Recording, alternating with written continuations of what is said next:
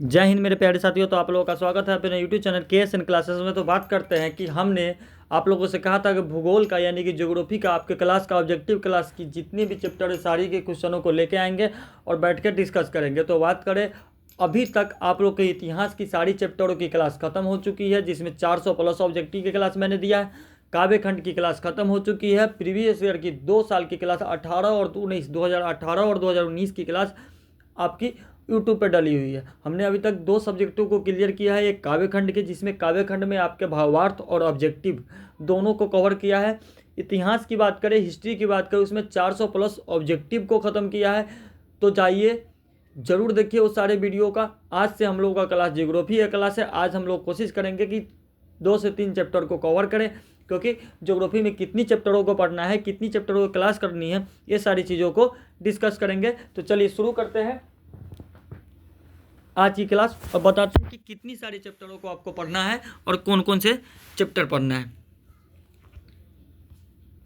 देखिए, इसमें हम लोगों को पढ़ना है 22 चैप्टर। कितने चैप्टर पढ़ने हैं भैया? 22 चैप्टर हम लोगों को पढ़ना है।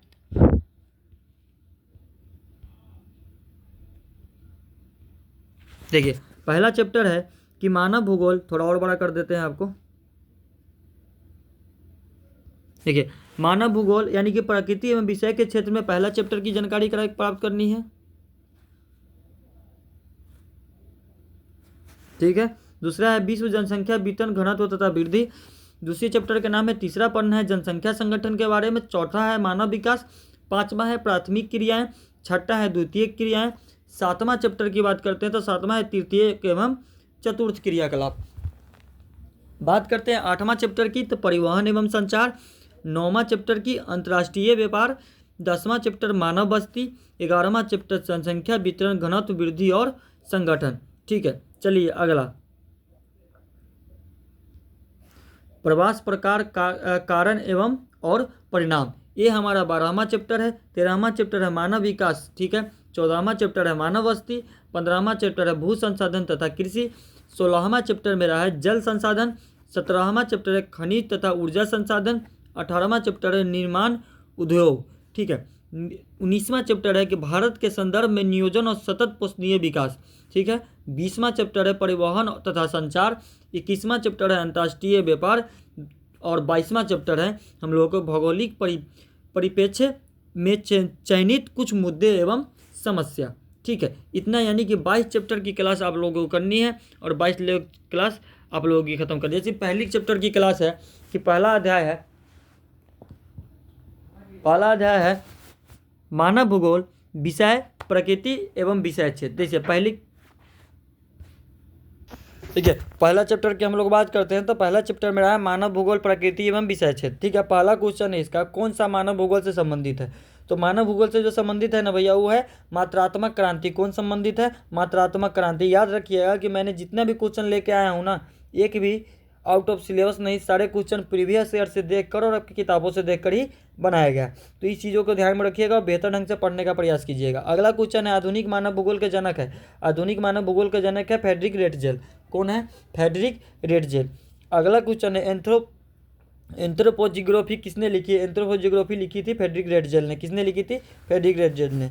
अगला क्वेश्चन है ज्योग्राफिक जर्नलिस्ट के लेखक कौन है? ज्योग्राफिक जर्नलिस्ट के लेखक है वारेनियस। कौन है? वारेनियस ज्योग्राफिक जर्नलिस्ट के लेखक है। अगला क्वेश्चन है 990 का दशक भूगोल के किस उपागम के नाम से जाना जाता है? तो भूगोल का 1990 का दशक भूगोल के आधुनिकवाद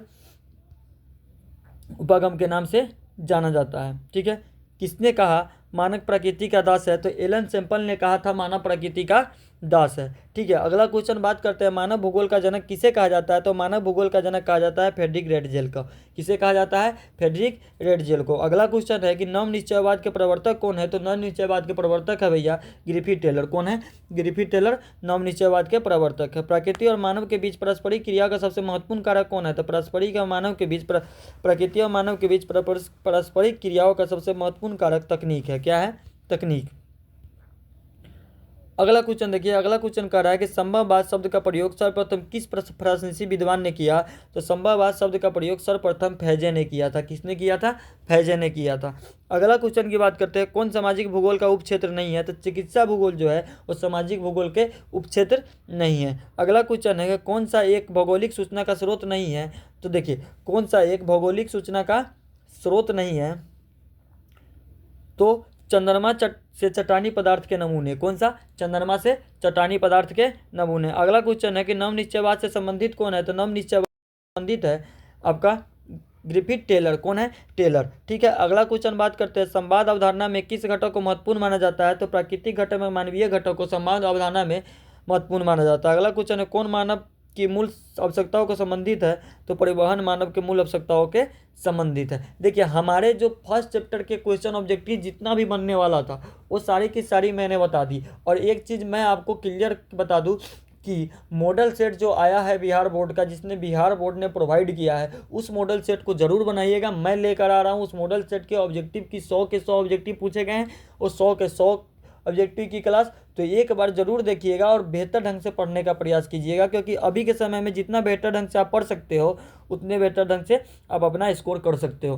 ठीक है, चलिए दूसरा चैप्टर पर चलते हैं। दूसरा चैप्टर है विश्व जनसंख्या वितरण घनत्व में वृद्धि। पहला क्वेश्चन है, यानी कहने का मतलब कि 16 नंबर क्वेश्चन है, कौन एक जनसंख्या परिवर्तन का कारण नहीं है? तो जनसंख्या परिवर्तन का कारण नहीं है, वो है आवास। ठीक है, अगला क्वेश्चन है, विरल जनसंख्या वाला क्षेत्र है तो ध्रुवीय प्रदेश विरल जनसंख्या वाला क्षेत्र है। अगला क्वेश्चन करते हैं कि प्रतिकार्य एवं अपकर्ष कारक उत्तरदायी है? तो प्रतिकार्य एवं अपकर्ष कारक प्रवास के लिए उत्तरदायी है। अगला क्वेश्चन, नाश किस भौगोलिक अवधारणा से संबंधित है? तो नाश जो है संभववाद भौगोलिक धारा से संबंधित है। अगला क्वेश्चन है, कौन एक महाद्वीप में जनसंख्या वृद्धि सर्वाधिक है? तो एशिया में महाद्वीप में जनसंख्या वृद्धि सर्वाधिक है, यानी कि सबसे ज़्यादा है। अगला क्वेश्चन बात करते हैं, किस वर्ष विश्व का मानव संख्या 100 अरब हुआ था? तो बता दूं आपको 1999 ईस्वी में विश्व का 6 अरब से ऊपर जनसंख्या हो गई थी। अगला बात करते हैं, किस देश में सर्वाधिक जनसंख्या घनत्व पाया जाता है? तो जावा में सर्वाधिक जनसंख्या घनत्व पाया जाता है। अगला क्वेश्चन है, सर्वाधिक सड़क घनत्व और सबसे अधिक वाहनों की संख्या किस महादेश में है? तो उत्तरी अमेरिका में है। किस महादेश में है? उत्तरी अमेरिका में। अगला क्वेश्चन है, जनसंख्या वितरण को प्रभावित करने वाले कारक में सबसे महत्वपूर्ण कारक कौन सा है? तो जनसंख्या वितरण के प्रभावित करने वाले कारक में सबसे महत्वपूर्ण जनसंख्या जलवायु है। ठीक है, अगला क्वेश्चन की बात करते हैं, किस देश का लिंगानुपात सर्वाधिक है? तो लेटविया का लिंगानुपात सर्वाधिक है। याद रखिए, चीन की आबादी कितना है? 1.3 अरब। यह जनसंख्या पहले की जनसंख्या के अनुसार, जनगणना के अनुसार बताया जा रहा है, अभी के बारे में नहीं कह रहा हूँ मैं। अगला है, जननांगिक संक्रमण सिद्धांत किसने दिया था? तो ये दिए थे नोएस्टीन ने। किसने दिया था? नोएस्टीन ने। अगला क्वेश्चन है, कौन संघन जनसंख्या वाला क्षेत्र है? तो दक्षिण पूर्वी एशिया क्षेत्र संघन जनसंख्या वाला क्षेत्र है। अगला क्वेश्चन, आयु समूह में जनसंख्या के जाकर उन देश में बड़ा होता है जहाँ मृत्यु दर निम्न होती है। क्या होती है? मृत्यु दर निम्न होती है। कौन विरल जनसंख्या वाला क्षेत्र नहीं है? दक्षिण पूर्वी एशिया विरल जनसंख्या वाला क्षेत्र नहीं है। अगला क्वेश्चन है, कौन एक प्रतिकर्ष कारक नहीं है? तो है चिकित्सा शैक्षणिक सुविधा प्रतिकर्ष कारक नहीं है। चलिए अगला देखते हैं।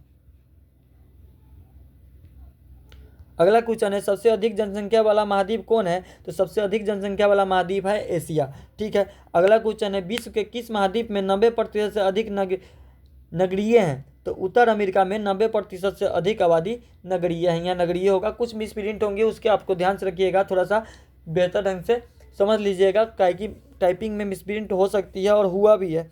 ठीक है, अगला क्वेश्चन है कि भारत में 1 हेक्टेयर कृषि भूमि पर कितने व्यक्ति आश्रित है? तो 5 व्यक्ति आश्रित है भारत के 1 कृषि हेक्टेयर भूमि पर। अगला क्वेश्चन है, रूस को छोड़कर यूरोप के 40 स्वतंत्र देश में सम्मिलित रूप में कितने लोग रहते हैं? तो रूस को छोड़कर यूरोप के 40 स्वतंत्र देश में 50 करोड़ से ज़्यादा सम्मिलित रूप में लोग रहते हैं। ठीक है, अगला क्वेश्चन है, भारत की वार्षिक जनसंख्या वृद्धि दर कितनी है? तो भारत की वार्षिक जनसंख्या वृद्धि दर है 1.7। कितनी है? 1.7%। अगला क्वेश्चन है कि जर्मनी की वार्षिक जनसंख्या वृद्धि दर कितनी है? तो 0.1% वार्षिक जनसंख्या वृद्धि दर है। कहाँ की? जर्मनी की। अगला बात करते हैं, विश्व में सर्वाधिक जनसंख्या केंद्रित है। विश्व में सर्वाधिक जनसंख्या जो केंद्रित है वो केंद्रित है मैदानों में। किसमें? मैदानों में। अगला क्वेश्चन है कि दक्षिण पूर्वी एशिया में जनसंख्या केंद्रित है। तो दक्षिण पूर्वी एशिया में जो जनसंख्या केंद्रित है वो केंद्रित है नदी घाटी के उच्च भागों में।